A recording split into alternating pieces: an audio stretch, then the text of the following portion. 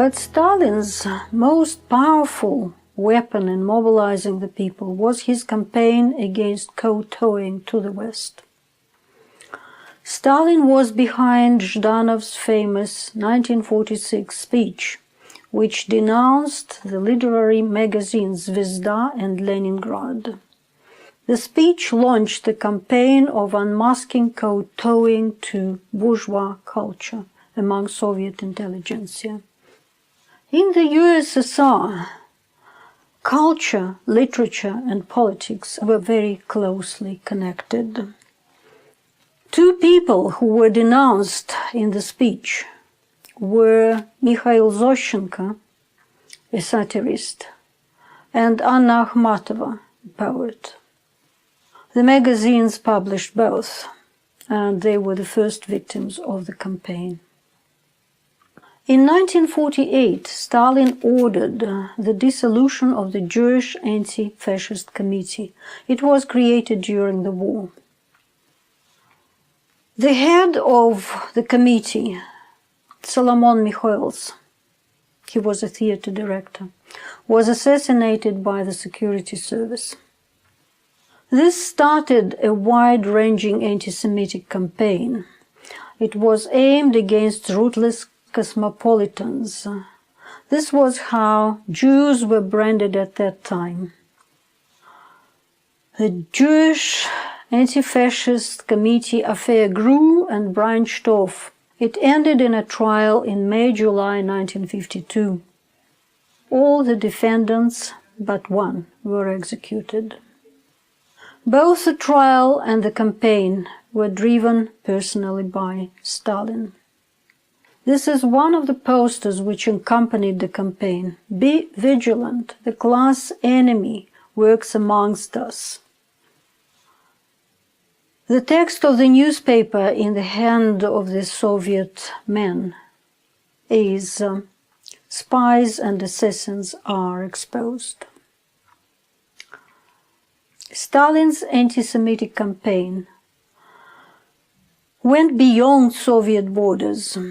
The head of the Communist Party of Czechoslovakia was Jewish, Rudolf Slansky. He was put on trial and executed in 1952. Several other leaders followed. Stalin held the trial under his personal and close control. In the last months of his life, Stalin devoted much time to the doctor's plot. The security service uncovered a plot among doctors, mostly Jewish, who treated top government officials. In October-November 1952, several were arrested. Here is the article in the Pravda. Vile spies and assassins under the mask of medical professors.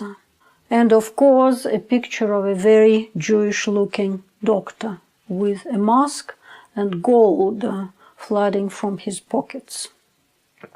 One of the accused was Vladimir Vinogradov, Stalin's personal physician. He was a 70-year-old academician. Under torture, the doctors confessed of attempting to shorten the lives of Soviet leaders and of attempts to kill them, not just of their own volition, but on orders from an international Jewish organization and from the American and British intelligence service. They also implicated some Soviet security officials in assisting the plot. The doctor's affair was started by this woman, Lydia Timashuk, whose report was used to accuse the doctors of the plot to kill Zhdanov. She was immediately awarded the Order of Lenin. Stalin's colleagues shivered with fear, because under torture, the elderly doctors might say absolutely anything about their high-ranking patients.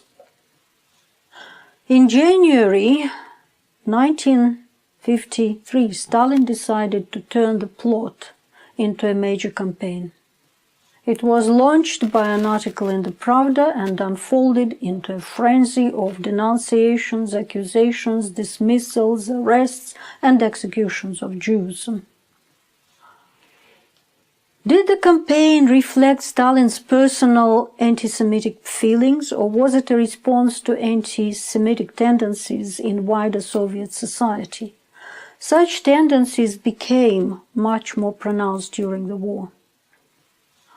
In either case, the campaign was very useful for Stalin's purposes.